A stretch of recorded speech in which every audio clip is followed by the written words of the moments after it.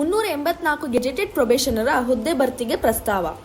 2023 ಮತ್ತು 24ನೇ ಸಾಲಿಗೆ gazetted ಪ್ರೊಬೇಷನರ್ಗಳ group A ವೃಂದದ 159 ಮತ್ತು ಗ್ರೂಪ್ ಬಿ ವೃಂದದ 225 ಸೇರಿ 384 ಹುದ್ದೆಗಳನ್ನು ಭರ್ತಿ ಮಾಡಲು ಪ್ರಕ್ರಿಯೆ ಆರಂಭಿಸುವಂತೆ ಸಿಬ್ಬಂದಿ ಮತ್ತು ಆಡಳಿತ ಸುಧಾರಣೆ ಇಲಾಖೆಯು ಕರ್ನಾಟಕ ಲೋಕಸೇವಾ ಆಯೋಗಕ್ಕೆ ಪ್ರಸ್ತಾವ ಸಲ್ಲಿಸಿದೆ. ಇದರಲ್ಲಿ ಸಿಬ್ಬಂದಿ ಆಡಳಿತ ಸುಧಾರಣೆ ಇಲಾಖೆಯ ಕಿರಿಯ ಶ್ರೇಣಿಯ ಸಹಾಯಕ ಆಯುಕ್ತ AC 40, ಡಿವೈಎಸ್ಪಿ 7, ವಾಣಿಜ್ಯ ತೆರಿಗೆ ಇಲಾಖೆ ಸಹಾಯಕ ಆಯುಕ್ತ 41 ಹಾಗೂ ಗ್ರಾಮೀಣಾಭಿವೃದ್ಧಿ ಮತ್ತು ಪಂಚಾಯತ್ನ ಕಾರ್ಯನಿರ್ವಾಹಕ ಅಧಿಕಾರಿ ಅಥವಾ ಸಹಾಯಕ ಕಾರ್ಯದರ್ಶಿ 40 ಹುದ್ದೆಗಳು ಸೇರಿವೆ. ವಿವಿಧ ಇಲಾಖೆಗಳ ಮೂಲ ವೃಂದದ ಹುದ್ದೆಗಳು 307, ಕಲ್ಯಾಣ ಕರ್ನಾಟಕ ವೃಂದದ 77 ಹುದ್ದೆಗಳನ್ನು ಭರ್ತಿ ಮಾಡಲು ಪ್ರಕ್ರಿಯೆ ನಡೆಸುವಂತೆ ಪ್ರಸ್ತಾವ ಉಲ್ಲೇಖಿಸಿದೆ.